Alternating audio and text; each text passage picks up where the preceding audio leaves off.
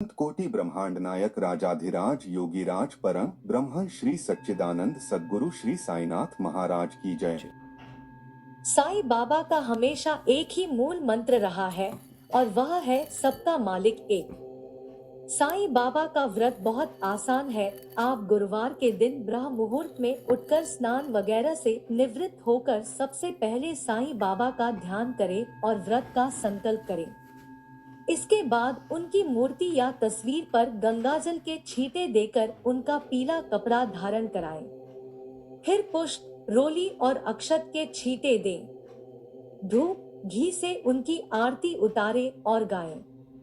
इसके बाद पीले फूल उनको अर्पित करें और अक्षत व पीले फूल हाथ में रखकर उनकी कथा सुनें। इसके बाद आप बेसन के लड्डू या फिर अन्य पीली मिठाई को भोग लगा सकते हैं। इसके बाद अपनी मनोकामना बाबा से कहें और प्रसाद सभी में वितरण कर दें। अगर संभव हो सके तो दान जरूर करें। कैसे रखें व्रत? साईं बाबा का व्रत कोई भी कर सकता है, चाहे वह बच्चा हो, बुजुर्ग हो या फिर महिला। उनके व्रत की संख्या 9 गुरुवार होनी चाहिए। व्रत के दौरान आप फलाहार ले सकते हैं। आप समय समय पर चाय, फल आदि का सेवन कर सकते हैं। शाम में साईं बाबा के सामने दीपक जलाकर उनके मंदिर में दर्शन करने जाएं और एक समय भोजन कर सकते हैं। व्रत के दौरान अगर स्त्रियों को मासिक समस्या आए या फिर अन्य कारणों से आप व्रत नहीं कर सकते तो आप दूसरे गुरुवार को व्रत कर सकते हैं।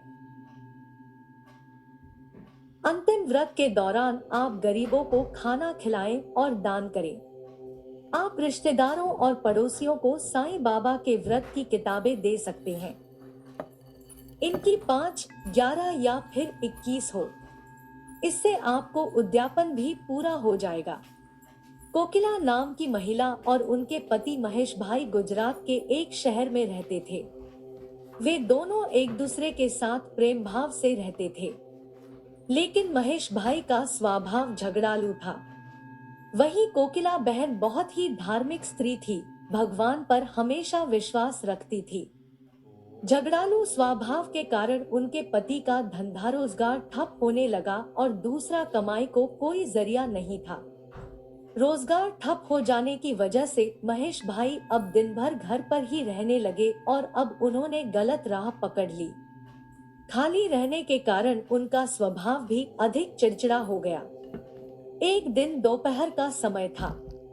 एक बुजुर्ग इंसान दरवाजे पर आकर खड़े हो गए और उन्होंने दाल चावल की मांग की। धार्मिक स्वभाव की कोकिला बहन ने दाल चावल दिए और दोनों हाथों से उस बुजुर्ग इंसान को प्रणाम किया। बुजुर्ग ने कहा, साईं सुखी रखे। तब कोकिला बहन ने कहा, बाबा सुख मेरी किस्मत में नहीं है, और फिर उन्होंने अपने बारे में सभी जानकारी दी। तब बुजुर्ग इंसान ने कोकिला बहन को साईं बाबा के व्रत के बारे में जानकारी दी। उन्होंने कहा कि इस व्रत के करने से सभी मनोकामना पूरी होगी और बाबा का आशीर्वाद हमेशा उसके घर पर बना रहेगा। बुजुर्ग की बात मानकर कोकिला बहन ने 9 गुरुवार व्रत किया। जैसे बाबा ने बताया सभी कार्य किए। उसके थोड़े समय के बाद घर में सुख समृद्धि बढ़ गई। दोनों पति पत्नी सुख शांति से रहने लगे। उनका धंधा रोजगार फिर से चालू हो गया और महेश भाई का स्वभाव भी बदल गया। एक दिन कोकिला बहन के जेठ जेठानी सूरत से आए। बातों बातों में उन्होंने बताया कि उनके बच्चे पढ़ाई लिखाई में ध्यान नहीं देते हैं, जिसकी वजह से वह परीक्षा में फेल भी हो जाते हैं। तब कोकिला बहन ने 9 गुरुवार साईं बाबा का व्रत रखने को कहा और उनकी महिमा के बारे में बताया।